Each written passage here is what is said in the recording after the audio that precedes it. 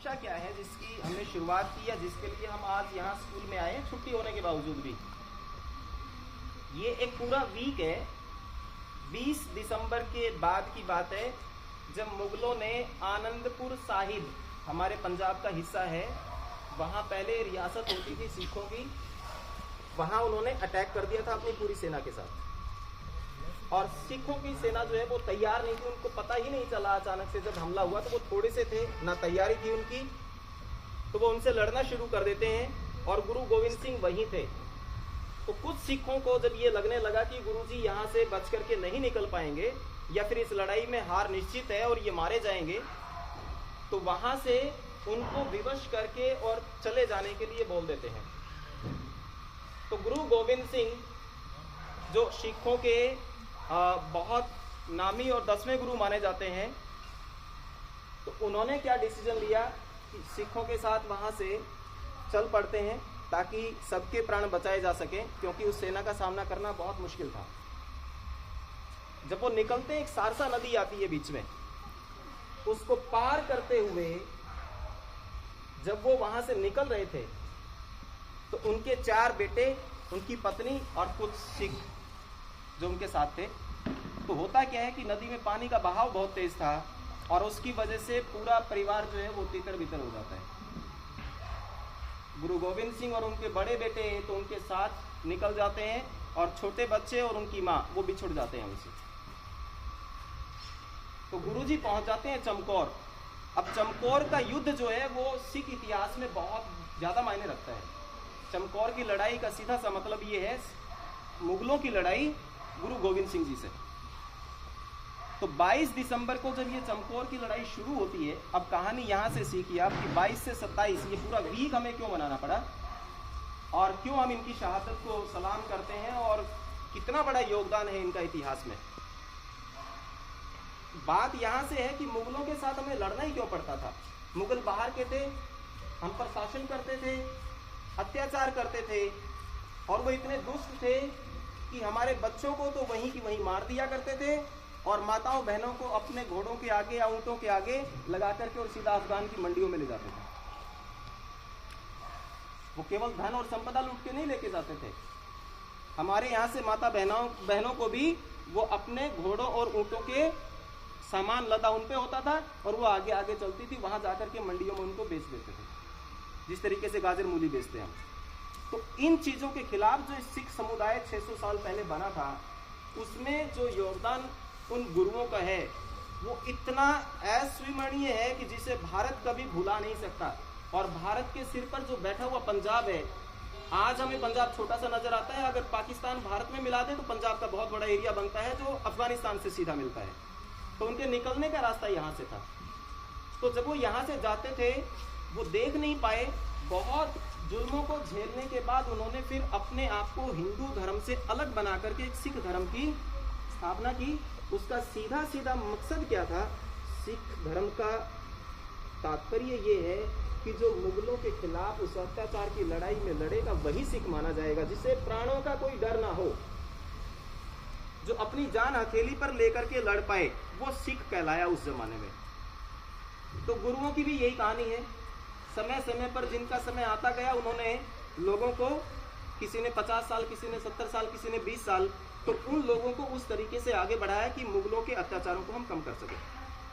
तो जो चमकौर की लड़ाई 22 दिसंबर को शुरू होती है, उस लड़ाई में मुगल सेना बहुत बड़ी है, सिख बहुत कम थे। और जैसा मैंने नदी बताया आपको कि नदी बीच में पड़ती है, उस सेनाओं को इस तरीके से लाना, आज के दिन तो संचार के माध्यम में हम कुछ भी बोलें और मिनटों में चीज़ें हमारे पास आ जाती हैं, बट उस समय इतना संभव नहीं था। तो सेना नहीं आ पाती है, तो वो उनके साथ जितनी भी सेना थी वो अपने साहस के साथ और शौर्य के साथ वो लड़ते हैं वहाँ पर, और सबके सब वीरगति को प्राप्त होते हैं। वीरगति को प्राप्त होना समझते हो? अपनी जान की बाजी लगा देते हैं वहाँ पर। उसके बाद क्या हुआ, जब सिखों की इस तरीके से वीरगति जब उन्होंने होते हुए देखी गुरुजी ने, तो गुरुजी के 2 बड़े बेटे जो उनके साथ आ गए थे चमकौर, बाबा अजीत सिंह और बाबा जुझार सिंह, तो ये दोनों परमिशन मांगते हैं अगले दिन लड़ाई में जाने के लिए कि हम लड़ेंगे। और जैसे ही वो लड़ाई में जाते हैं दोनों के दोनों, तो वहाँ कत्लेआम मचा देते हैं। और मुगलों की सेना को लगभग निपटा देते हैं। लेकिन बड़ी सेना, अब कोई पीछे से तलवार मारे, कोई आगे से हमला करे, तो वो दोनों भी वीरगति को प्राप्त उसी दिन हो जाते हैं। तो दिन उसके आगे भी निकलता है, लड़ाई फिर चलती है। अब गुरुजी चाहते थे कि मैं खुद जाकर के मैं उनका सामना करूं, लेकिन फिर एक बार सिखों का समूह जो है उनके सामने आ जाता है कि इतनी बड़ी सेना का सामना, आप बेशक वीर हैं, आप बेशक हमारे हिंद के लिए बहुत बड़ी ताकत हैं, लेकिन यहाँ इस तरीके से वीरगति पाने का कोई हमारा तात्पर्य नहीं बनता है, हमारा कोई मौका नहीं बनता है। तो गुरुजी को वहाँ से भी निकाल देते हैं। अब चमकौर की लड़ाई में हुआ क्या, जितने भी सैनिक हमारे सिखों के मारे गए थे उनको मुगलों ने क्या कर दिया, दफनाने तक भी नहीं दिया था। उनकी इच्छा ये थी कि इनको चील और गिद्ध जो हैं वो आए और खाएं इस तरीके से, और ये पड़े रहें, जो भी देखे उसकी आत्मा कांप जाए देख करके कि ये हश्र क्या हुआ है हमारे साथ। तो इतना नरक, मतलब जीना तो दूर की बात है, मौत के बाद भी उन्हें शांति नहीं मिलने दी। तो उनसे प्रभावित, गुरुजी से प्रभावित एक हरशरण कौर, बीबी हरशरण कौर, जो चमकौर में पहुंच जाती है ये सुनने के बाद, और वो उन सारी की सारी जितने भी वहाँ डेड बॉडीज हैं उनको अपना अग्नि देना शुरू करती है, दफनाना शुरू करती है। तो जैसे ही वो दाह संस्कार करती हैं तो वहाँ से मुगलों को पता चल जाता है, और जैसे ही दाह संस्कार की अग्नि जल रही थी वो उस लेडी को भी उठा करके उसी में जिंदे जी उसको सवा कर देते हैं। ये अत्याचार उन्होंने सहे। उसके बाद फिर जो कहानी 25 तारीख से शुरू होती है, तो जो छोटे वाले साहिबजादे थे, दोनों के दोनों, जोरावर सिंह और फतेह सिंह, जिनकी कहानी जो वीर बाल के नाम से जो हम आज मना रहे हैं दिवस, ये उन दो छोटे बच्चों की कहानी है जो बिछड़ करके माँ के साथ दूसरी जगह आ गए थे। और गुरुजी का सेवक वो जब पहुंचे वहां पर तो उन्होंने क्या किया, वो अपने घर उनको ले जाते हैं।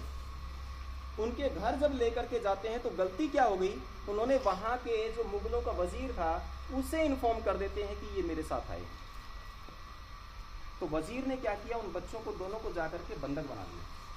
और बंधक बनाया तो फिर क्या होता है, उन बच्चों को विवश किया जाता है कि आप जो है ये सिख धर्म छोड़ करके और ये जिद छोड़ करके आप इस्लाम को कबूल करें। इस्लाम समझते हो, मुसलमान बनना कबूल करें, अदरवाइज फिर आपको मौत के घाट उतार दिया जाएगा।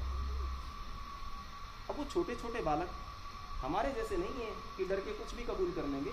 वो गुरु गोविंद सिंह की औलाद हैं, लड़ाके हैं, जिनको विरासत में वो चीज़ मिली है, बहादुरी मिली है।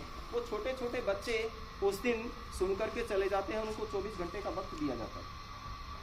माता गुजरी उनके साथ थी।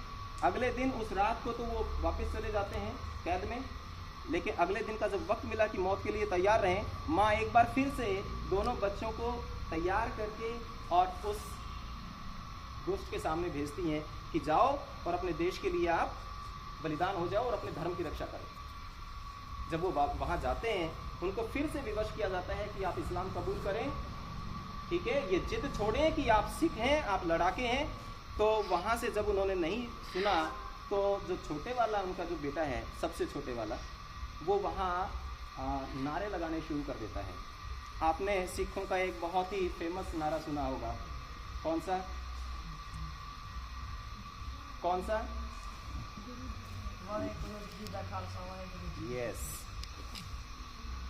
तो वो वहाँ कूद कूद के नारे लगाना शुरू कर देते हैं, और उससे जो वहाँ का मुगल शासक था उसको बहुत चिढ़ हो जाती है, और वो वहाँ बन रही दीवार में उन दोनों के दोनों बच्चों को जीते जी जो है दीवार में चिनवा देता है।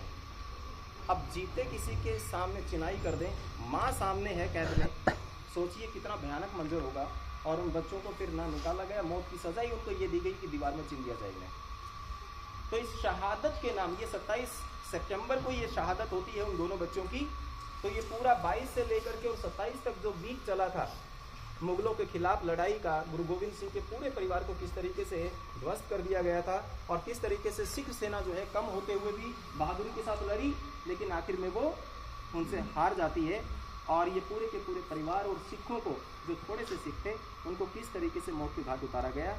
इसलिए ये उनके बलिदान, शौर्य और उनके उन कर्तव्यों की कहानी है जिसमें वो कम होते हुए भी वहां से मुड़ करके भागे नहीं, पीछे मुड़ करके उन्होंने ये नहीं किया कि हाँ ठीक है पहले सेना पूरी इकट्ठी कर लेते हैं, इनको आने देते हैं या फिर देखी जाएगी, छुप करके बैठ जाते हैं। वो अपनी बहादुरी के साथ वहां पर उनसे लोहा लेते हैं और अपनी जान की बाजी लगा देते हैं। ये है इन सिखों के गुरु गोविंद सिंह की और उनके बच्चों के जोरावर सिंह और फतेह सिंह की कहानी।